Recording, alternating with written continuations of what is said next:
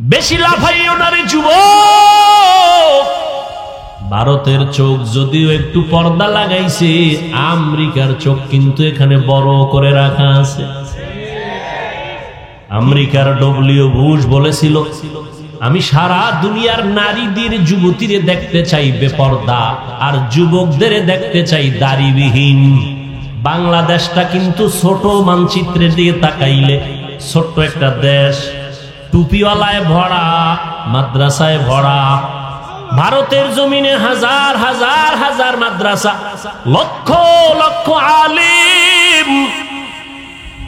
800 বছর পর্যন্ত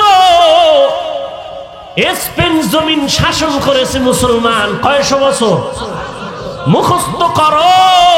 একটা জাতিকে ধ্বংস করার জন্য তার ইতিহাস ভুলায় দেওয়া যথেষ্ট। মনে রাখো, 800 বছর পর্যন্ত স্পেন জমিন শাসন করেছে মুসলমানেরা। কোরআন শরীফের উল্লেখযোগ্য তাফসীর হলো কুরতুবী। ওই স্পেন জমিনে বসে লেখা 30 খণ্ডের তাফসীর, তাফসীরে কুরতুবী। ওই 800 বছরের শাসনের মুসলমান দেশ স্পেনের মধ্যে গিয়ে দেখো আজান বন্ধ। বেশি লাফাইও না রে যুবক, সাবধান। ভারতের চোখ যদিও একটু পর্দা লাগাইছে, আমেরিকার চোখ কিন্তু এখানে বড় করে রাখা আছে। আমেরিকার ডব্লিউ বুশ বলেছিল, আমি সারা দুনিয়ার নারীদের যুবতীরে দেখতে চাই বেপর্দা, আর যুবকদের দেখতে চাই দাড়িবিহীন। ভাইরা আমার, আসামের মুসলমান, কাশ্মীরের মুসলমান, বসনিয়া চেচনিয়ার মুসলমান, ওদিকে বার্মার মুসলমান, চতুর্দিকে মুসলমানের উপর আক্রমণ চলতেছে। আমগো উপরে পড়বে না বলা যায় না, তবে ইনশাআল্লাহ চোখের পানি থাকবে, নামাজ থাকবে, সততা থাকবে, জুলুম থাকবে না। আল্লাহ পাক ফেরেশতা পাঠাইয়া আমাদের হেফাজত করবেন। মক্কায় গেলাম, অনেক ছেলেরা আসলো, হোটেলে কাজ করে, এখানে কাজ করে, দেখা করার জন্য। আর শেষ সময় বলল, হুজুর জানেন না, এমনি তো রাষ্ট্রীয়ভাবে কাগজপত্রের কষ্টে আছে বিভিন্ন ভাবে। এরপর একটা দুঃখের কথা বলল। আমি বললাম, তোমরা এখানে এত সুন্দর জায়গা, আমরা টাকা খরচ করে আসতে পারি না, কত চোখের পানি, কত দোয়া। এরপরে আল্লাহ একটু নিয়ে আসেন। তোমরা তো এখানে থাকো, জামাতে 5 বেলার নামাজ হেরেমে পড়ো, রসুলের রওজায় যাও। ওরা চোখের পানি ছেড়ে কাঁদলো আর বলল যে এখন প্রবণতা এমন যে এই ছেলেরা, কিছু কিছু মানুষ আছে ওখানে, টাকা যা পায় টুকটাক দিয়ে জুয়া খেলে। তো চিন্তা করলাম, আবু জাহেল এখনো মরে নাই, মক্কা মদিনার কাছে আইসাও নামাজ নাই, দাড়ি নাই, টুপি নাই, যদি এমন হয় জুয়া খেলে, আর এই টাকা মা বাবারে দিলে কি হবে? আমি তো দোয়া করি, আল্লাহ আমার প্রবাসে যারা আছে, শুধু সৌদি আরব নয়, সারা পৃথিবীর আনাচে কানাচে আমার প্রবাসে যারা জীবন যাপন করেন, আল্লাহ তাদের কামাই রুজিতে, হায়াতে, ইজ্জতে বরকত দান করেন, সমস্ত মুসিবত থেকে হেফাজত করেন। জানি না আরবের ভেতরে কারা এই অভিযোগে অভিযুক্ত, হালাল টাকা কামাই করে রসুলের দেশে বসে যারা জুয়া খেলে, জানি না কারা, আল্লাহ জানেন, তাদেরকে হেদায়াত দান করুন। হ্যাঁ, হযরত আলী রসুলের এত আদরের সাহাবী, সম্মানের জন্য দোয়া করলেন, ও আল্লাহ, 2 পুঁজির একটা লাগে সম্মানের চেয়ারে বসার জন্য। একটা পুঁজির নাম হলো শিক্ষাগত যোগ্যতা, ইলম, আর একটা পুঁজির নাম হলো সম্পদ, টাকা পয়সা। একটা লোক কলম দিয়ে দস্তখত দিতে পারে না, এরপরে সবাই চেয়ার আগায় দেয়, কিও কয় আমগো দেশের দানবীর। আছে না নাই? সমাজ সেবক, অনেক টাকার মালিক। আর একজন কোনো টাকা নাই, তাকে সম্মানের চেয়ার আগায় দেয় কেন? বলে আমার স্কুলের হেডমাস্টার, শিক্ষিত মানুষ। হযরত আলী বলেন, ও আল্লাহ, 2 পুঁজির আসলটা আমাদের দিছেন, কি? ইলম দিয়েছেন, টাকা পয়সা দেন নাই। মিয়া, নবীজি দোয়া করলে কবুল হইতো না? সেই নবী খন্দকের যুদ্ধে গিয়া পেটে পাথর বাঁধলেন। মদিনাতুল মুনাওয়ারার পার্শ্বে খন্দক। সাহাবায়ে কেরাম নিয়া গর্ত খনন করলেন। নবীও ওই কাজে হাত দিলেন। সাহাবায়ে কেরাম কেউ কষ্ট সহ্য করতে না পেরে ছুটি চাইলেন। মিথ্যা অভিযোগ দিয়া বললেন, বাড়িতে অসুস্থ রোগী আছে, বাড়ি যাব, বাড়ি পাহারা দেওয়ার কেউ নাই, যাব। জিবরাইল আইসা বলে, নবীদের অন্তরে নিয়ত খারাপ, কষ্ট, এই জন্য মিথ্যা কথা বলে যেতে চায়, এদের অন্তরে নেফাকি। আল্লাহ আয়াত নাজিল করে দিলেন। সাহাবায়ে কেরামদের কেউ পেটে পাথর বেঁধে নবীর সামনে আসেন, ইয়া রাসূলুল্লাহ, না খেয়ে কষ্ট করে পেটে পাথর বাঁধছি, একটা ক্ষুধা সহ্য করতে পারি। মনে মনে ভাবছে নবী মনে হয় আরামে আছে। সবার কথা শুই না নবী কয়, সাহাবায়ে কেরাম, আপনারা পেটে পাথর বাঁধছেন একটা, আমি মুহাম্মদ রহমতের নবী, আমার জামাটা উঠাইয়া আমি দেখাই, দেখেন। রহমতের নবী আমার জামাটা উঠাইয়া দেখাইলেন। সাহাবায়ে কেরাম দেখে আমাদের পেটে পাথর একটা, রহমতের নবীর পেটে পাথর দুইটা। ক্ষুধা কষ্ট, নবী যদি দোয়া করতেন উহুদ পাহাড় স্বর্ণ হয়ে যাও, না, কষ্টের মধ্যে শান্তি। ভোগ বিলাসের মধ্যে কি নাই? দেখছেন শান্তি, এখন টের হননি কি পরিমাণ শান্তি। আল্লাহ, জুলুমের শাস্তি দুনিয়ায়, কষ্টের জিন্দেগি। নবী আমার 1 বছর না, 2 বছর না, 3 বছরের মতো সময় আমার নবীরে মক্কার বেঈমানেরা গৃহবন্দী করে রাখছে শিয়াবে আবু তালিবের ভেতর। পানি দেয় না, খানা দেয় না। রহমতের নবী আমার গাছের পাতা ছিঁড়ে ছিঁড়ে চাবাইয়া তারপরে পেটের ক্ষুধা নিবারণ করে। না খাইয়া মরিও রে যুবক, প্রয়োজনে না খাইয়া মরিও, কিন্তু হারাম খানা ভেতরে ঢুকাইও না রে বাবা। শান্তি নাই, শরীরে রোগ বেড়ে যাবে, অশান্তি শুরু হয়ে যাবে। হযরত আলী রাদিয়াল্লাহু তাআলা আনহু বলেন, মান আল্লামানি হরফান ইনশাআ বাআ ওয়া ইনশাআ আতাকা। আমাকে একটা অক্ষর যিনি শিক্ষা দিয়েছেন, তিনি আমার কাছে এমন দামি যে আমাকে চাইলে বিক্রিও করে দিতে পারেন, গোলাম বানাইয়াও রাখতে পারেন। এই ছাত্ররা, হযরত আলী বলেন, একটা অক্ষর আমাকে যে শিক্ষা দিল তার দাম কত? আমাকে বিক্রিও করে দিতে পারে, আমাকে গোলাম বানাইয়াও রাখতে পারে। এ হলো শিক্ষকের মর্যাদা। কিন্তু আমরা অনেক সময় দেখতে পাই কিছু বেয়াদবি আচরণ, আর এর পরিণাম ফলে দুনিয়াতেই সে ধ্বংস হয়ে যায়। ও ছাত্র ভাইরা, আল্লাহর মোহাব্বত নিয়ে বলছি, কারো পারলে উপকার করবেন, না হয় চুপ থাকবেন, বেয়াদবি যেন না হয়, ক্ষতি যেন না হয়। নবীজি বলেন, মান তাওয়াযা লিল্লাহ রাফাআহুল্লাহ। যে ব্যক্তি আল্লাহর জন্য নিজের ছোট বানায় দেয়, আল্লাহ তার মর্যাদা বাড়ায় দেয়। রাহমাতুল লিল আলামিন এমন আদর্শ নিয়ে দুনিয়াতে আসলেন, যেই মক্কার মানুষ ছিল পৃথিবীর নিকৃষ্ট, লম্পট, চরিত্রহীন, খারাপ। ওই জায়গায় আমার নবীকে আল্লাহ পাঠাইলেন। মক্কা নগরীর মানুষের মতো খারাপ মানুষ জমিনে আর ছিল না। ওই জায়গায় শ্রেষ্ঠ আদর্শের নবীর আল্লাহ পাঠায় দিলেন। 13 বছরের মেহনতে মক্কার মানুষগুলো জান্নাতি মানুষ হয়ে গেছে। মাত্র 13 বছরের মেহনত। নবী একটা গালি দেন নাই, কিচ্ছু বলেন নাই, সুন্দর ব্যবহার, সুন্দর আচরণ। আল্লাহ পাক আমার নবীকে এমন দয়ার নবী করে পাঠাইলেন, নবী আইসা দেখে মক্কার মানুষ এতটা খারাপ, কন্যা সন্তানদের এরা পছন্দ করে না, নারীদের সমাজের বোঝা মনে করে, বিধবা নারী পছন্দ করে না। বাবা ছেলে হইলে খুশি হয়, মেয়ে হইলে মুখ কালা করে বেজার হয়। এমন কি মেয়েকে জ্যান্ত দাফন করে, হত্যা করে বাবা। ওই সময়ে রাসূল আসছেন, কন্যাদেরকে পছন্দ করে না। এই বাপ কি মনে করেন ভালো না জালেম?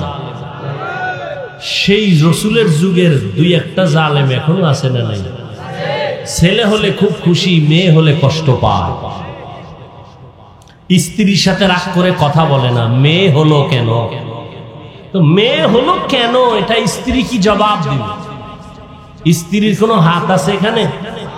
লিল্লাহি মুলকুস সামাওয়াতি ওয়াল আরদ ইয়াহাবু লিমান ইয়াশাউ ইনাসান ওয়া ইয়াহাবু লিমান ইয়াশাউ যুকুর আও ইউযাওবিজুহুম যুকরানাও ওয়া ইনাসা ওয়া ইয়াজআলু মান ইয়াশাউ আকিমা ইন্নাহু আলিমুন কাদির।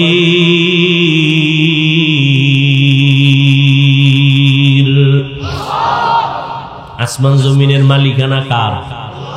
আল্লাহ বলেন আমার ক্ষমতা সব, আমি চাইলে কাউকে ছেলে দেই, কাউকে মেয়ে দেই, কাউকে দোনোটা দেই, কাউকে কোনোটাই দেই। ক্ষমতা কার? না আপনি স্লোগান দিচ্ছেন ছেলে হোক মেয়ে হোক দুটোর বেশি নয়, একটা হলে ভালো হয়, না হইলে আরো ভালো। স্লোগান দিচ্ছেন ছেলে হোক মেয়ে হোক দুটোর, কথা বল না কেন? দুটোর একটা হলে ভালো হয়, এই স্লোগান আছে না নাই? এই স্লোগান যেদিন থেকে শুরু, আমার মাওলার কুদরত সেদিন থেকে শুরু। সেদিন থেকে একসাথে দুইটা, একসাথে তিনটা, একসাথে চার সন্তান। মা মরছে না, মা এখনো তাজা। একসাথে চার সন্তান আছে না নাই? সন্তানও সুস্থ, মাও। ছেলে হোক মেয়ে হোক দুটোর বেশি নয়, একটা হলে ভালো হয়, না হইলে আরো ভালো।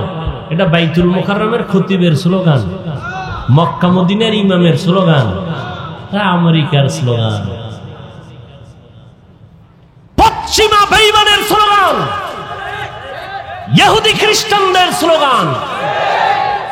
এই স্লোগান দিয়ে পরে আবার ট্যাবলেটও দিয়ে দিস, খাও, নিয়ন্ত্রণ করো। কি নিয়ন্ত্রণ? জন্ম নিয়ন্ত্রণ। নিয়ন্ত্রণের ক্ষমতা কার হাতে? আল্লাহ পাক বলে দেখ, সেই 20 বছর আগের নিয়ন্ত্রণের ট্যাবলেট খাওয়ার পরে আমগো সোনার বাংলায় জনসংখ্যা কি পরিমাণ কমলো? মাইনাস না প্লাস? ট্যাবলেট কই, স্লোগান কই? আমরা হুজুরেরা বাড়াইছি না, এখানে ময়দানে সব হুজুর নেই, এই যুবককে বাড়াইছি।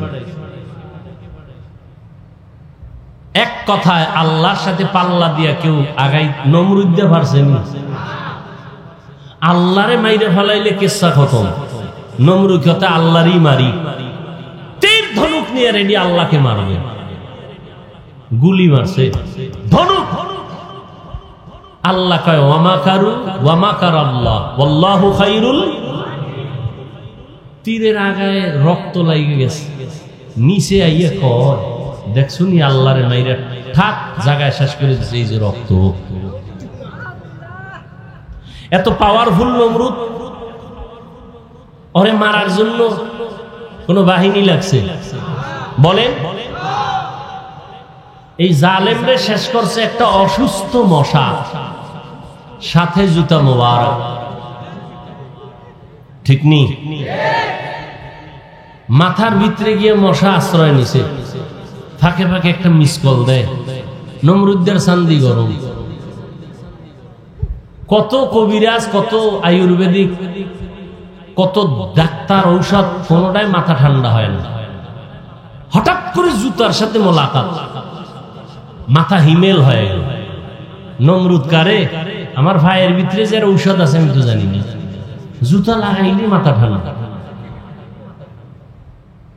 যত একটু বাড়ি মারে আরো ঠান্ডা, বাড়ির পাওয়ার ওজন বাড়ায় দেয় আরো ঠান্ডা। এই জুতার বাড়ি দিলেই মাথা ঠান্ডা, কেমন সান কপাল! এই কপাল কি সবার হয় না? আল্লাহ মাঝে মাঝে জুতার সাথে মোলাকাত করায়, সান কপাইলে দেয়। বুশের গালে জুতা লাগছে, সাংবাদিক বলে কাইফা হাল, ডোন্ট মাইন্ড। জুতা খায় কেমন লাগলো, বলে কিচ্ছুই মনে হয় না, এটা আমার গণতান্ত্রিক অধিকার। নমরুদ্দের জুতার বাড়ি দিলে মাথা ঠান্ডা, কেমন কপাল আর কেমন ঔষধ! এটা তো আর কোনো বানানো ঔষধ না, আমাদের ইতিহাস তো ইসলামে আছে। এখন জুতার বাড়ি খেয়ে দিবে, আলাদা কর্মচারী রাখো, বেতন দিয়ে, কামি হইলো বেতন নিবে, জুতার বাড়ি না। জুতার বাড়ি দেয় একজন, দেয় ওর বাথরুমে যাওয়া লাগবে না তো? স্যার আমি বাথরুমে যাবো, আর একজন রাখতে হবে, আমি একা পারি না। এবার ডবল কর্মচারী, ওর কাজ কি? জুতার বাড়ি। নমরুদ্দের ডাক দিয়ে কয়, যত জোরে মারবি বাড়ি, বেতন বাড়ায় দিবি। আল্লাহর কুদরত কত কঠিন! আল্লাহ চাইলে মুহূর্তে সব কিছু করে দিতে পারে, মুহূর্তে।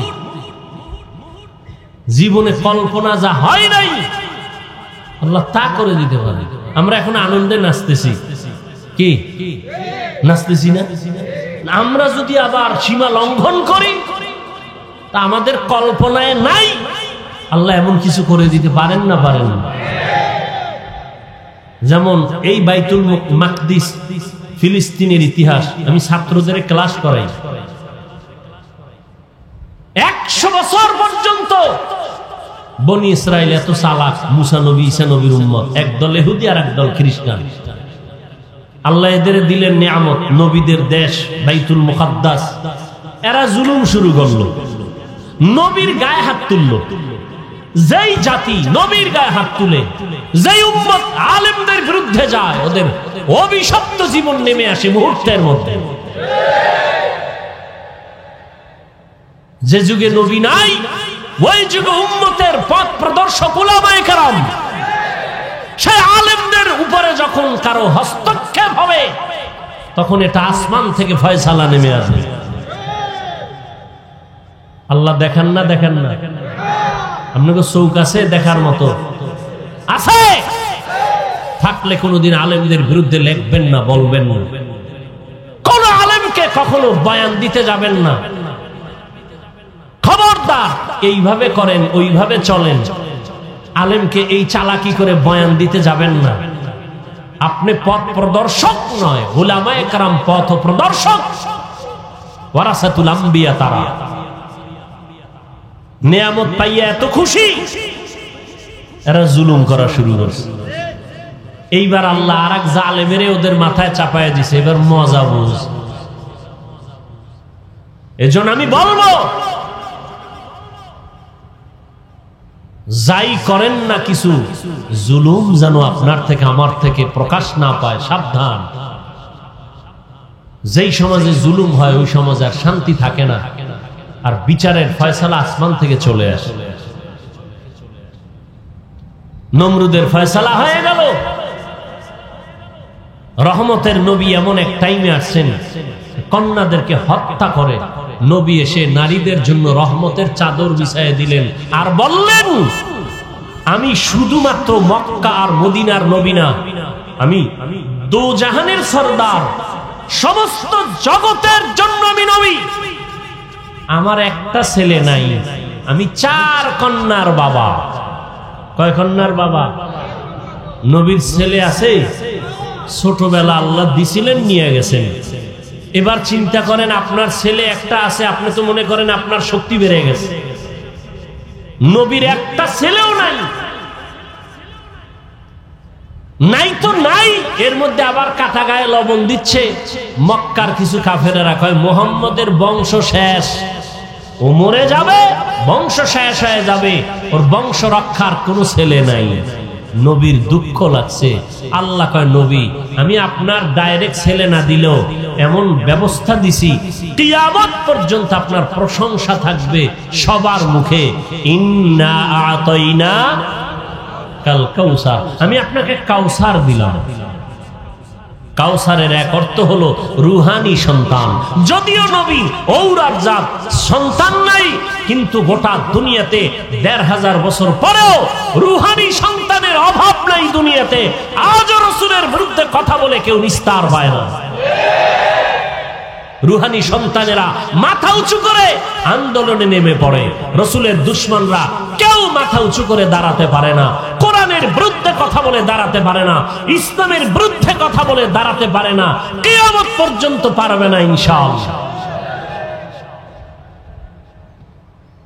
এমন রহমতের নবী বলেন, আমি 4 কন্যার বাবা। আর কন্যার বাবাদেরকে বলে দিলেন, এই কন্যার বাবারা, একটা কন্যা পেয়েছো তো একটা জান্নাতের মালিক হয়ে গেছো। সুবহানাল্লাহ। না 2টা কন্যা পেয়েছো, 2টা জান্নাতের মালিক হয়ে গেছো। তার মানে যারা কন্যা পাইছো তোমার ঘর রহমতে ভরপুর হয়ে গেছে। তাসনিমা কয়, নারীদের উপরে আল্লাহ জুলুম করছে, আল্লাহ বড় জালেম। দেখেন কি পরিমাণ অপরাধের কারণে দেশেও আর থাকার কোনো সুযোগ। ভাইরা আমার, আল্লাহ পাক নবীর মাধ্যমে মক্কা নগরীটাকে এত সুন্দরভাবে সাজায় দিলেন। ওই আদর্শ আজকে যারা পালন করে ১৫০০ বছর পরে আজও তারা শান্তিতে আছে, সম্মানে আছে। নবী বলেন, আমি 4 কন্যার বাবা। ও কন্যার বাবারা, একটা কন্যা যদি পাও একটা জান্নাতের মালিক হয়ে যাবে। কন্যাদের অধিকার আল্লাহ বাড়ায় দিলেন নবীর মাধ্যমে। রহমতের নবীর 25 বছর বয়স। রহমতের নবী হিসাবে কত পাওয়ার। আবার আল্লাহ তাকে আলাদা স্পেশাল পাওয়ার দিলেন, নবীকে আলাদা। 25 বছরের কালে নবীর কত পাওয়ার যৌবনের। এই যুবকেরা, নাস্তিকদের জানায় দাও, 25 বছরের যুবক আমার নবী, তার শক্তি কত, যৌবনের পাওয়ার কত। যুবকেরা টের পাওনি? কি টের পাবো? মোবাইলে সব শেষ, সবগুলো হারবালের রোগী হয়ে গেছে সবগুলো। 25 বছরের যুবক, ফুটন্ত গোলাপের মতো চেহারা, আর চেহারা সব কার্টুন হয়ে গেছে। কার্টুন, সারাদিন কার্টুন দেখতে দেখতে, আর মোবাইলে সারা রাত সজাগ থেকে উল্টা পাল্টা রাস্তায় ঘুরতে ঘুরতে শরীর শেষ, যৌবন শেষ, জীবন শেষ, চেহারার মধ্যে কোনো নূর নাই। কে বলবে এই কথা? কে বলবে এই কথা? আর ওদিকে ওপেন চ্যালেঞ্জ দিয়ে রাখছে বাসের সাইনবোর্ডে লাগে। উনি এমন বেহায়া, নির্লজ্জ। মানুষের লজ্জা শরম থাকবে না। রাসূল বলেন, লা ঈমানা লিমান লা হায়া আলা, যাদের লজ্জা নেই ওদের ঈমান নাই। যুবকরা এগুলো করতেছে। ওদিকে হারবালওয়ালারা সাইনবোর্ড, পোস্টার, মেয়েরা ঘুরে ঘুরে ঘুরে ঘুরে হ্যান্ডবিল বিলি করতেছে, লিফলেট বিলি করতেছে, ওপেন চ্যালেঞ্জ, এই সমস্ত বাজে কথা বলে। লজ্জা শরম কই গেল? মোবাইল তো আমরাও চালাই, আর এটা এমন একটা যন্ত্র, এটা ছাড়া চলার উপায় নেই। কিন্তু ভালো দিকটাকে আমরা গ্রহণ করি, খারাপ থেকে দূরে থাকি। এমনিই তো একটা টাচ মোবাইলের দিকে তাকায় থাকলে চেহারার কি ক্ষতি হয়, শরীরের কি ক্ষতি হয়। গুগলে ঢুকো, জীবন বর্তা আকামি করলা, আজকে একটু কিছু তথ্য নাও, তুমি তো ওখান থেকে শিক্ষার বহু কিছু আছে। তুমি যদি চাও মোবাইল থেকে অনেক কিছু শিখতে পারো। বড় বড় বিধর্মীরা মুসলমান হয় কেন? ওরা গবেষণা করতে করতে দেখে আল্লাহর খোঁজ পেয়ে যায়, যেন একজন সৃষ্টিকর্তা আছেই। না হয় এই যে কান্না করি, চোখ থেকে কি পরিমাণ পানি বের হয়, এই পানি কোথায়? হ্যাঁ, এগুলো চিন্তা করার বিষয়। দাড়ি ছিল না, হঠাৎ দাড়ি উঠতেছে, বাড়তেছে, চামড়া কাটো তো ভিতরে এগুলি কি পেঁচানো আছে কিনা, ওটা লাইন মতো বাড়তেছে, কেটে দেখবা কিচ্ছু নাই, অথচ বাড়তেছে। মহিলারটা তো বাড়ে না। তুমি গাভীর থেকে দুধ নাও 20 কেজি, কালকে সকালবেলা গাভীর ওলানটা কেটে দাও, দেখো তো কয় কেজি বের হয়। আর কেজির মেয়ে গুল্লি মারেন, এক ফোঁটা আসবে নি। চিন্তা করেন তো। অথচ 20 কেজি দুধ 5 মিনিটে আপনার পাত্র ভরে যায়, আপনি ওলানটা কেটে দেন, এক ফোঁটা দুধ আসবে না। খায় ঘাস, বের হয় সাদা পিওর দুধ। রাসূল বলেন দুধ পান করো গাভীর, বরকত। কিতাবে দেখছি দুধ পানের মধ্যে 10টা রোগের ঔষধ আছে। এতটা দামি গাভীর দুধ, অথচ ওলান কেটে ফেলবেন, দুধ নাই। আল্লাহর কুদরত। এজন্য আল্লাহ কোরআনে বলেন ওয়াফি আনফুসিকুম আফালা তুবসিরুন, তুমি নিজের মধ্যে তাকাইয়া কি তুমি দেখো না আমি আল্লাহর কুদরত কেমন। মাইকে কথা বলতেছি, বিদ্যুতের চার্জ, ব্যাটারির চার্জ চলে যায়, আর জিব্বা নামের মেশিন দিয়া যে কত কোটি কথা সাপ্লাই দিলাম এই বয়সে, একদিনও তেল লাগলো না, পেট্রোল অকটেন কিছুই লাগলো না। গাল ব্যথা করে, মাথা ব্যথা করে, কপাল ব্যথা করে, চোখ ব্যথা করে, ঠোঁট ব্যথা করে, জিব্বা নামের মেশিন কখনো ব্যথা করে না। করেনি? বড় কঠিন। প্রধানমন্ত্রী বক্তব্য দিবেন, টিম গঠন করে লিখে দাও কি বক্তব্য দিব জাতির সামনে, 5 মিনিটের বক্তব্য লিখে দাও, যদি ভুল ভাল বলে ফেলি তো মানুষ আমার উল্টা হয়ে যাবে। আর আমরা ঘন্টাকে ঘন্টা প্রতিদিন বয়ান করি, ফজরের পরে বয়ান, আসরের পরে বয়ান, মাগরিবের পরে বয়ান, এশার পরে বয়ান, 12 মাস অনবরত কথা ডায়েরিতে লিখে আনি নাই, মুখস্থ করে আসি নাই। কি বয়ান আজকে এই এলাকায় করব তাও মুখস্থ করে আসি নাই, কিন্তু একের পর এক কথা বের হচ্ছে, বের হচ্ছে, বের হচ্ছে, টাইম মতো ঘুম নাই। এই সফর করে আসার পরে শুধু ঘুম আর ঘুম, শুইলেই ঘুম। এরপরও যে বয়ান করতেছি, একটা কথা যদি উল্টা পাল্টা বের হইয়াই যায়, বন্ধু আমার দুশ্মনে পরিণত। কেউ আমার সাজাইয়াও দেয় নাই। এইভাবে আগামীকাল বয়ান, প্রত্যেক দিন বয়ান, 12 মাস। ঘুম টাইম মতো হয় না। তোমরা যখন ঘুমাও তখন আমরা গাড়িতে, রাস্তায় থাকি। এরপরেও 2-1টা কথা একটু স্লিপ হয়ে যায়, আর সেই সমস্ত 2-1টা কথা নিয়ে যদি কোনো উম্মত আমাদের বিরুদ্ধে লেখালেখি করে, ওর মতো আলেমের দুশ্মন কুলাঙ্গার জমিনে আর দ্বিতীয় কেউ হতে পারে না। ঘন্টাকে ঘন্টা কথা বলতেছি, লেখা নিয়ে আসছি, কি মনে হয় মুখস্থ করে আসছি যে আজকে এত এই কয়টা কথা বলবো? এ কুদরত কা, এর মধ্যে 2-1টা ভুল অনিচ্ছায় হতে পারে। তুমি এইসব বলো না। তুমি এত বড় বুদ্ধিজীবী, লাকুম দীনুকুম ওয়ালিয়া দিন, বুখারীর হাদিস কয়ে আলাইছো। ঈদের নামাজের জানাজা বানায় আলাইছো, আছে না নাই? হ্যাঁ, আল্লাহ আমাদের হেদায়েত দান করুন। কষ্ট হইতেছে, আর একটু সামনে আগাবো। ঘুমাবা নয় তো, ঘরে মোবাইলই চালাবা, আর কি হবে। হায় হায় হায়, ওয়ামা আরসালনাকা ইল্লা রাহমাতাল লিল আলামিন।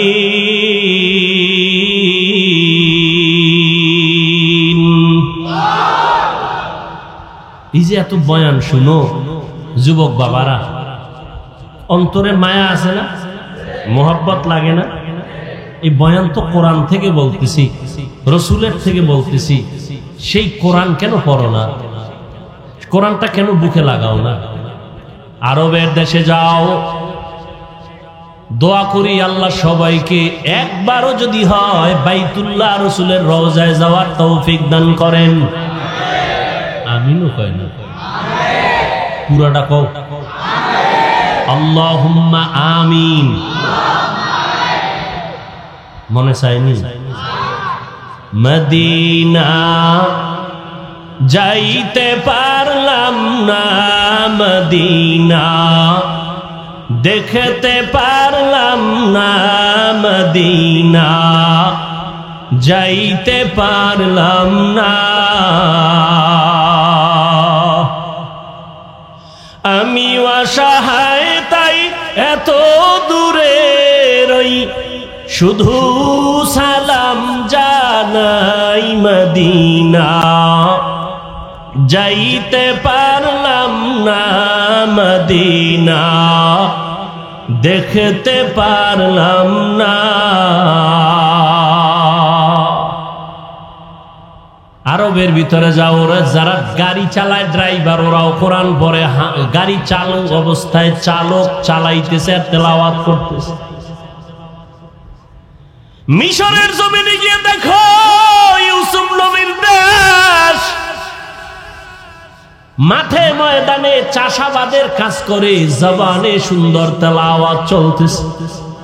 আমার মাওলার কোরআন এত সুন্দর, এটা শুনতে যেমন মজা, দেখতেও তেমন মজা, পড়তেও তেমন মজা। কেন বাবা কোরআনটা বুকে লাগাও না? তুমি ইঞ্জিনিয়ার হও, ডাক্তার হও, কোনো বাধা নাই, হও, দোয়া করি, তবে আল্লাহর কোরআনটা সিনায় লাগাইও। আজকে কি তুমি দেখো নাই ভার্সিটির ভিসি নামাজের ইমামতি করে, তেলাওয়াত না শিখলে পারতনি? কথা কও। তুমি ডাক্তার হও, কিন্তু এমন সাহস তুমি রাখো তুমি মুসলমান, তুমি ডাক্তারির চেয়ারে বসিয়াও জানো ইমামতির যোগ্যতা তোমার থাকে। যেখানে যাবে তুমি নামাজ পড়া শোনাবে, তখন সবার দিল থেকে দোয়া আসবে যে ডাক্তার হইয়াও তেলাওয়াত এত সুন্দর, ইঞ্জিনিয়ার হলেও তার তেলাওয়াত এত সুন্দর। এ যদি ইমামতি করার যোগ্যতা রাখে, জাতি শিখবে আর জানবে যে মুসলমানকে পিছে ফেলার কোনো রাস্তা নাই। তুমি ডাক্তার হও, ইঞ্জিনিয়ার হও, আল্লাহর কোরআন পড়ো, জুমার খুতবা দেওয়ার মতো যোগ্যতা তোমার ভেতরে অর্জন করো, নামাজের ইমামতি করার মতো যোগ্যতা অর্জন করো। ইমামতির যোগ্যতার সব থেকে বড় যোগ্যতা হলো বিশুদ্ধ কোরআনের তিলাওয়াত। আরবের ড্রাইভারেরা তেলাওয়াত করে, সাধারণ মানুষ কোরআন পড়ে। কোরআন শিখতে 20 দিন লাগে। কয়দিন? 20 দিন মানে 20 ঘন্টা। 20 দিনের 20 ঘন্টা লাগে। মাত্র দৈনিক 1 ঘন্টা টাইম দাও, 20 দিনে কোরআন শিখে ফেলবা ইনশাআল্লাহ। বহু সময় নষ্ট করছো এদিক সেদিক, কোরআন শিখতে 1 ঘন্টা টাইম দাও। ফজরের পরে, না হয় এশার পরে, সুযোগ মতো দাও না, দেখবা আল্লাহর প্রতি মায়া, ইবাদতে মায়া বেড়ে যাবে। রহমাতুল লিল আলামিন নারীদের ইজ্জত রক্ষা করার গিয়া বাবাদের বললেন নারীদের আর হত্যা করা যাবে না, কন্যা হত্যা করা যাবে না। নবীর আদর্শ বাস্তবায়ন করতে গিয়া দান দান শহীদ করেছেন। তারপরেও নবী কোনদিন জিদের বশবর্তী হয়ে রাগ করে কারো উপরে জুলুম করেন নাই। আর ওই নবীর আদর্শ পালন করে সাহাবায়ে কেরাম সারা দুনিয়াতে এত দৃষ্টান্ত স্থাপন করেছেন যে আজকে সাহাবায়ে কেরামের আদর্শ নিয়ে দুনিয়ার মানুষ তার জীবনকে সুন্দর করে।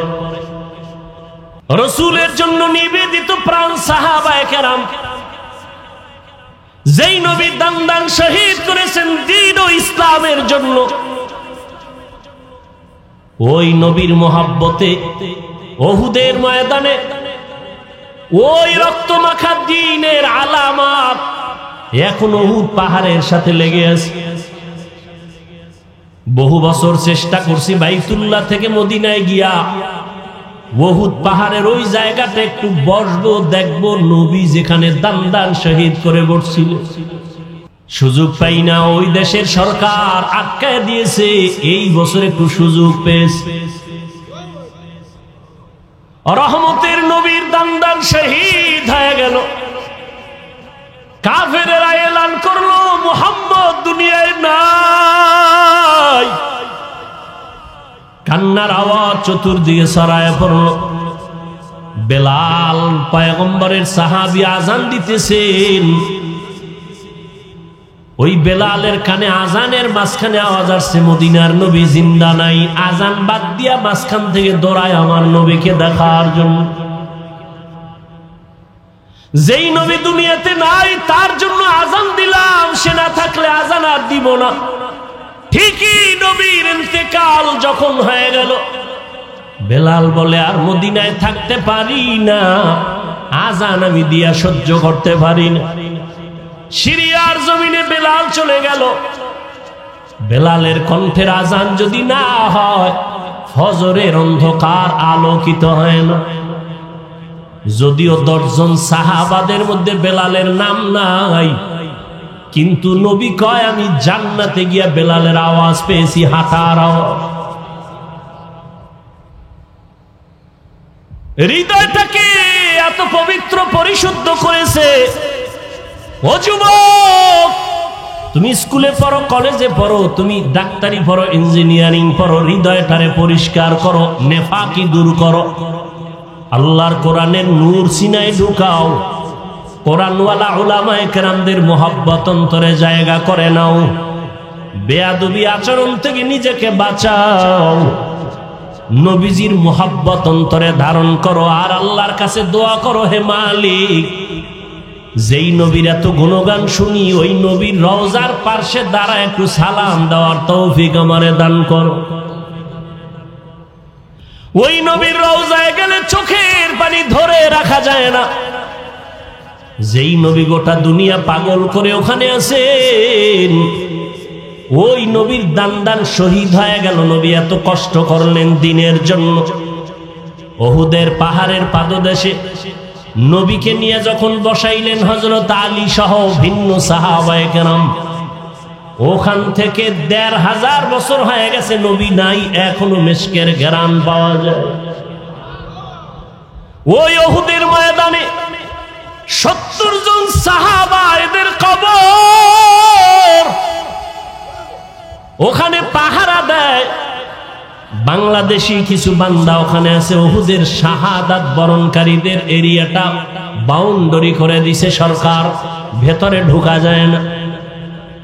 বাংলাদেশি সহ আরো অনেক আলেমরা পাহারা দেয়, ওই দেশের আলেম আছে। একজনে সেদিন বললেন, হুজুর আল্লাহর কসম,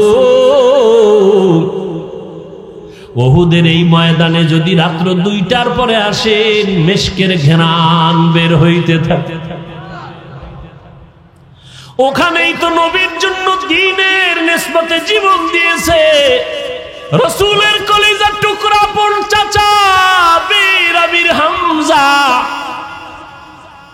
যার কলিজা বের করে আবু সুফিয়ানের স্ত্রী হিন্দা চাবায়া চাবায়া খাইছিল। এরে নবীর উম্মতের দল, ও ইহুদের ময়দানে পয়গম্বরের আরেকজন সাহাবী হানজালা রাদিয়াল্লাহু তাআলা আনহু বাসর রাতে চলে আসছে। গোসল না করিয়া নবী নাই খবর শুইনা হাজির। ও আল্লাহর বান্দারা, তোমার নেতার বিরুদ্ধে, নেত্রীর বিরুদ্ধে কথা বললে তুমি আন্দোলনে নামো, বিরোধিতা করো। নবীর বিরুদ্ধে কথা হয়, বলো তোমার আন্দোলন তখন কোথায় থাকে? বিরুদ্ধে, কোরআনের বিরুদ্ধে কথা হবে, মুসলমান আন্দোলন করবে না, ঘরে বসে থাকবে, এটা কখনো হতে পারে না। নবী নাই খবর শুনিয়া সাহাবায়ে কেরাম ঘর থেকে দৌড়ায়, হানজালাও দৌড়ায়। ৭০ জন সাহাবা শহীদ হয়ে গেছেন। নবী বললেন, এদের তাড়াতাড়ি জানাজা পড়ে দাফন দাও, গোসলের দরকার নাই। যেই পোশাকে তারা মরেছে, শহীদ হয়েছে, এই পোশাকে হাসরের ময়দানে উঠবে। কিয়ামতের দিন এদের গায়ে রক্ত মাখা দেখবে। আল্লাহ ডাকবে, শহীদরা আসো, বিনা হিসাবে জান্নাতে যাও। হঠাৎ নবীর কানে একজন সাহাবিয়া মহিলা এসে বলেন, ইয়া রাসূলুল্লাহ, শাহাদাত বরণকারী সাহাবাদেরকে আপনি বিনা গোসলে জানাজা পড়ায় কবর দেন, একজন সাহাবী তারে আপনি বিনা গোসলে কবর দিবেন না। হানজালা ফরজ গোসল অবস্থায় চলে আসছেন, গোসল করে নাই, শুনছে নবী নাই, অমনি দৌড়ায় চলে আসছে তরবারি নিয়ে। নবী বলেন, খবর দাও, খুঁজো হানজালার লাশ, গোসল দেওয়া লাগবে। জিব্রাইল আমিন এসে নবীকে বলেন, ইয়া রাসূলুল্লাহ, যেই সাহাবী দ্বীনের নিসবতে আপনার মোহাব্বতে ফরজ গোসল বাদ দিয়া চলে আসছে বাসর ঘরে বিবির মায়া ছাড়িয়া, ওই সাহাবীর গোসল আল্লাহ জান্নাতের পানি দিয়া ফেরেশতার মাধ্যমে করায় দিয়েছে। এরে যুবক, আল্লাহর গোলাম, ওই সাহাবাদের আদর্শ অন্তরে লালন করো, এখনো সময় আছে, তওবা করে নাও। বিজয়টা তোমার কেমন তুমি ভাবনি? ইমানদারের ভাবনা বেঈমানের ভাবনা কখনো এক না। একজনে আমার মুমিনের সালাম দিয়া কয়, কেমন আছেন? বলে, আমার ইমানের হালাত ভালো তো আলহামদুলিল্লাহ, আমি ভালো আছি। আমার ইমান আমলের হালাত খারাপ তো আমি বলতে পারি না ভালো আছে, আমি বড় খারাপ আছি। আর তোমার চিন্তা চেতনা, তোমার বাড়ি আছে, গাড়ি আছে, টাকা পয়সা, ব্যবসা ভালো, তুমি ভালো আছো। নামাজ যে পড়লা না, এই বিষয়ে তোমার ভালো মন্দের কোনো বিচার হলো না। এখনো সময় আছে, তওবা করে নাও। আল্লাহর কাছে অন্তর খুলে তওবা করো। হে মালিক, তোমার নিয়ামতের হায়াত না থাকলে বাঁচার উপায় নাই। তোমার নিয়ামতের নিঃশ্বাস যদি বন্ধ হয় আর উঠাইতে পারবো না। তোমার নিয়ামতে যদি তুমি ঘুম থেকে উঠায় না দাও, আমার জীবনে আর উঠা সম্ভব হবে না। ও আল্লাহ, জীবনটা শুধু নিয়ামত পাইলাম কিন্তু শুকর আদায় করতে পারলাম না। হাতের শুকর আদায় করতে পারি নাই, তোমার দেওয়া চোখের নিয়ামতের শুকর আদায় করতে পারি নাই, তোমার দেয়া নিয়ামতের জবানের শুকর আদায় করতে পারি নাই, তোমার দেয়া নিয়ামত চোখের শুকর আদায় করতে পারি নাই। কোনদিন কোরআন শরীফ হাতে নিলাম না, চোখ দিয়া তাকায় দেখলাম না, জবান দিয়া কোরআন তেলাওয়াত করতে পারলাম না। জীবনে অনেক কিছু চোখ দিয়া দীর্ঘ টাইম তাকাইয়া দেখছি, কিন্তু 1 মিনিটের জন্য কোরআনের দিকে তাকাইয়া সহ্য করে দেখতে পারি নাই। জীবনে জবান দিয়ে কত কথা বলেছি, মোবাইলে সারাটা রাত, কিন্তু জবান দিয়ে 100 বার দরুদ শরীফের আমল করতে পারি নাই। জবান দিয়া কোরআন তেলাওয়াতের আমল করতে পারি নাই। এই হাতের দ্বারা কত লেখাই যে জীবনে লেখলাম, কিন্তু হাতের দ্বারা কোরআন ধরিয়া ধরিয়া লাইনে আঙ্গুল টেনে পড়তে পারি নাই। হিসাব মিলায় দেখলাম আমার মতো নাফরমানার এই জমিনে কেউ নাই। ও যুবক বাবারা, বৃদ্ধ বাবাজিরা, পর্দার আড়ালের মা বোনেরা, আল্লাহর কাছে নিয়ামতের হিসাব কিন্তু দিতেই হবে। আল্লাহর দেওয়া নিয়ামত পাইলেন, আল্লাহর দেওয়া বাতাস বড় নিয়ামত, আল্লাহর দেওয়া পানি বড় নিয়ামত, সূর্যের আলো বড় নিয়ামত। সব কিছু ভোগ করলেন, শুকর আদায় করলেন না। আল্লাহর নবী দোয়া শিখাইছেন, যখন ঘুম থেকে তুমি উঠবা আলহামদুলিল্লাহ বলে শুকর আদায় করবা। নামাজ আদায় করবা, সেজদায় গিয়া সুবহান রাব্বিয়াল আলা বলবা। আজকে ঘুম পাইয়া ঘুমাইলা, ফজরের আজান কানে আসলো, মসজিদে হাজির হতে পারলাম না। এখনো সময় আছে, তওবা করে নাও। কত আল্লাহর বান্দার খবর পাই, নিজেও নামাজে ফজরে যায় না, অনেক ভাড়াটিয়ারা যেতে চায়, গেটের চাবি দেয় না নামাজে যাওয়ার জন্য। ও হতভাগা কপাল পোড়া ঘরের মালিক, এখনো সময় আছে, পায়ে হাত রেখে বলি তওবা করে ফিরে আসো। তোমার ঘরের ভাড়াটিয়া এমন হওয়া চাই যে 5 বেলার নামাজে জামাতে যাবে। এমন একজন কর্মচারী তুমি বাড়ির মধ্যে রেখে দাও, কাজের মানুষ, যে তোমার ভাড়াটিয়াদেরকে 5 ওয়াক্ত নামাজে ডাকবে, চলো নামাজের সময় হয়ে গেছে। তোমার ঘর আমার আল্লাহর রহমত দ্বারা ভরপুর হয়ে যাবে, ফেরেশতারা পাহারা দিবে। ও যুবক বাবারা, স্কুলে পড়ো, ব্যবসা করো, মাওলার কোরআন তেলাওয়াত করো, দোকানে বসে আছো, বাজে কথা না বলে, মোবাইল না দেখিয়া দরুদ শরীফ পড়ো, ইস্তেগফারের আমল করো। পর্দার আড়ালের মা বোনেরা, ফজরের নামাজ পড়ো, সূরা ইয়াসিনটা তেলাওয়াত করে নাও। যোহরের নামাজ পড়ে সূরা ফাতিহা তেলাওয়াত করে নাও বা সূরা আর রহমান। আসরের নামাজ আদায় করে সূরা নাবা তেলাওয়াত করে নেন রে মা। মাগরিবের নামাজ আদায় করে সূরা ওয়াকিয়া তেলাওয়াত করেন। এশার নামাজের পরে মা সূরা মুলক তেলাওয়াত করেন। পাঁচ বেলার নামাজে 5টা সূরার আমল। নবীজির মোহাব্বত নিয়া ওযু সহকারে নির্জনে বসিয়া কমপক্ষে 100 থেকে 300 বার দরুদের আমল করেন। ইনশাআল্লাহ আমি চ্যালেঞ্জ করে বলবো, আল্লাহ পাক যদি কবুল করেন, দরুদের আমলের বরকতে মুসিবত দূর হবে। মদিনার রওজা বাইতুল্লাহ যেতে পারবেন, অন্তত ঘুমের ঘরে আমার নবীর সাথে মোলাকাত হয়ে যাবে। এখনো সময় আছে, তওবা করে আমার আল্লাহকে মনে মনে ডাকেন।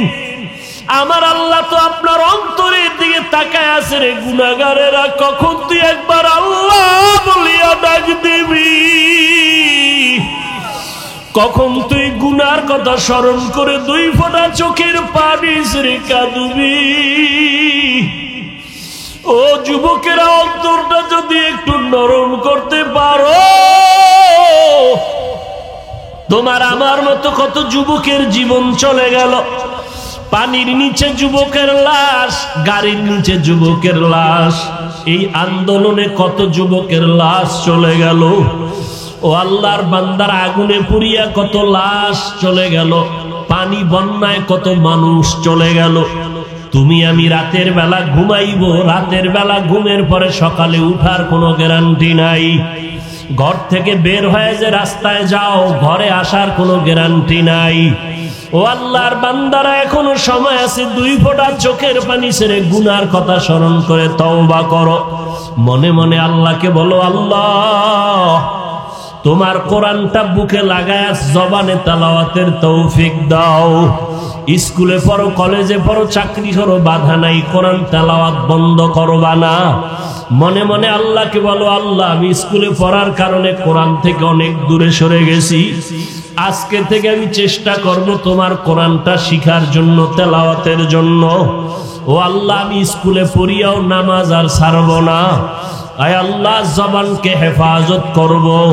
তোমার মতো কত যুবক স্কুল কলেজে পড়িয়াও নামাজ ছাড়ে না, তেলাওয়াত করে, নামাজ পড়ায়, তুমি কেন পারবা না রে বাবা? তোমার মতো কত যুবক জেনারেল লাইনে থাকিয়াও ব্যবসা চাকরি করিয়া নামাজ ছাড়ে না, দাড়ি কাটে না, তুমি কেন পারবা না? আল্লাহর কাছে তওবা করো, চোখের পানি ছাড়ো। চোখে যদি পানি না আসে, নবী বলেন কান্নার বাহানা করো, তাতেও বড় সওয়াব। কারণ দুনিয়াতে ঘরে আগুন লাগলে পানি ছাড়া যেমন ঠান্ডা করা যায় না, গুনার কারণে যদি জাহান্নামের আগুন জ্বলিয়া উঠে, চোখের পানি ছাড়া ঠান্ডা করা যাবে না। চোখের পানির বড় দাম। রহমতের নবী নামাজে সিজদায় পড়ে কান্নার আওয়াজ, হাসরের ময়দানের ভয়ে নবী কান্নার আওয়াজ। আম্মা জান আয়েশা বলেন, নবী আপনি কাঁদেন কেন? নবী বলেন, কিয়ামতের দিন সূর্যের গরম আমার উম্মতেরা কেমনে সহ্য করবে? আমার উম্মতেরা গুনার কারণে জাহান্নামের আগুনে কেমনে জ্বলবে? ও যুবক, আমার মাওলার কোরআন মিথ্যা মনে করিও না। ওই কোরআনে গুনাহগারের জন্য জাহান্নাম আল্লাহ স্পষ্ট বলেছেন। বাবা, তুমি কোরআনটাকে যদি সত্য মনে করো, গুনাহগারের জন্য জাহান্নামে কথাটাও বিশ্বাস করিও।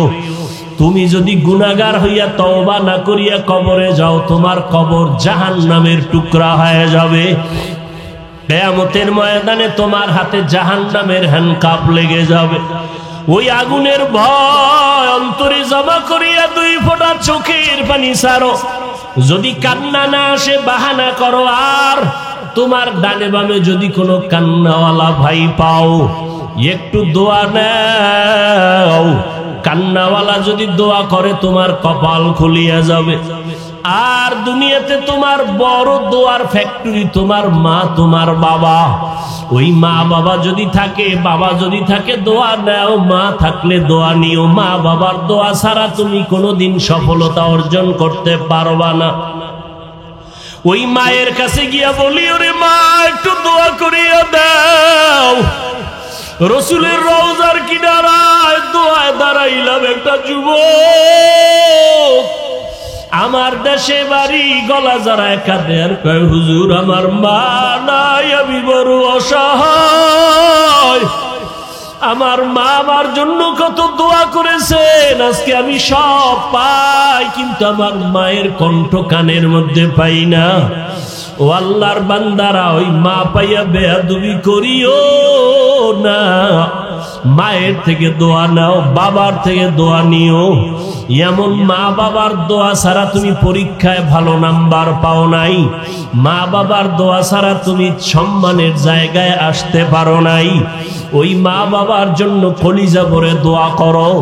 বেঁচে থাকলে মাকে বলিও, মা কত অজান্তে বাজে কথা বলছি, তুমি কষ্ট পেয়েছো, আজকে মাফ করিয়া দাও।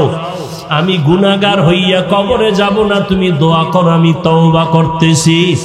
আর নামাজ ছাড়বো না, দাড়ি কাটবো না, বেপরদায় চলবো না, কারো সাথে খারাপ ব্যবহার করব না।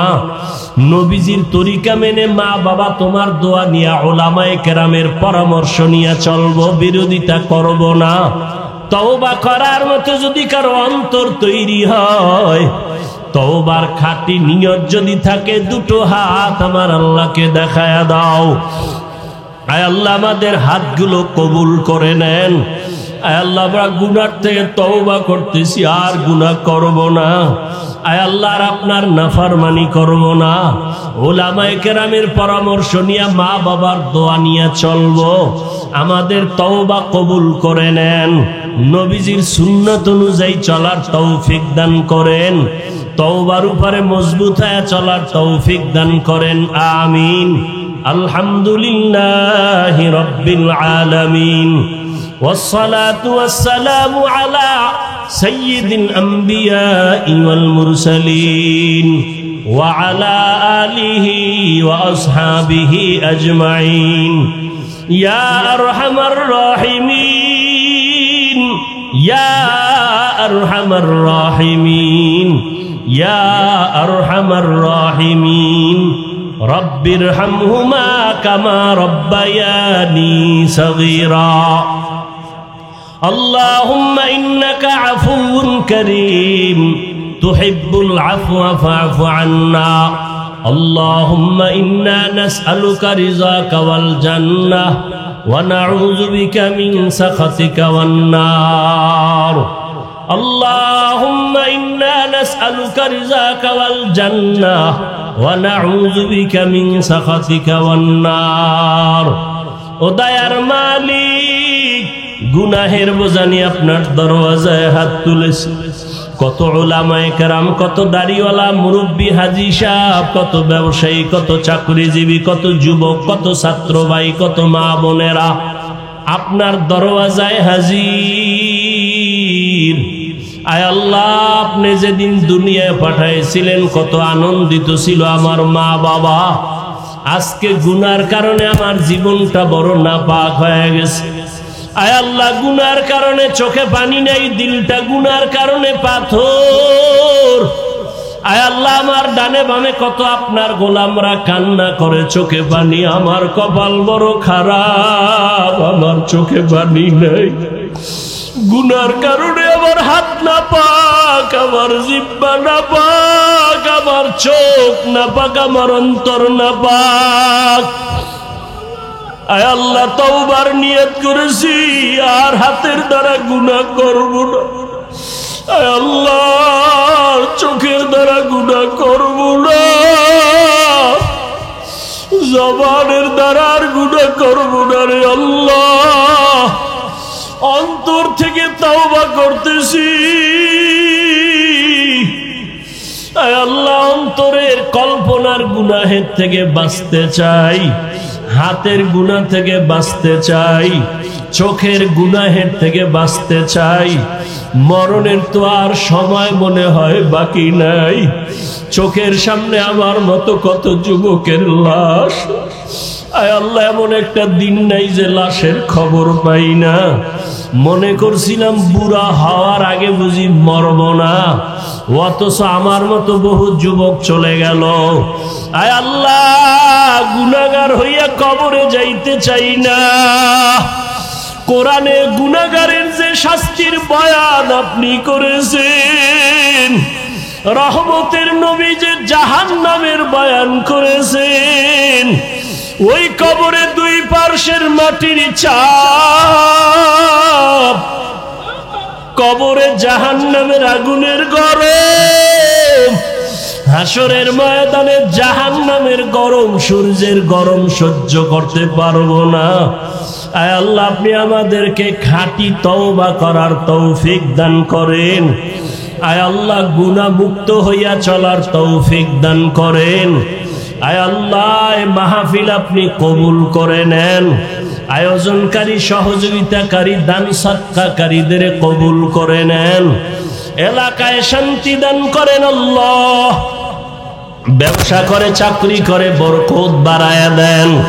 আয় আল্লাহ, আমার কলিজার প্রত্যেকটা যুবকের দিনের খাদেম বানায়া দেন।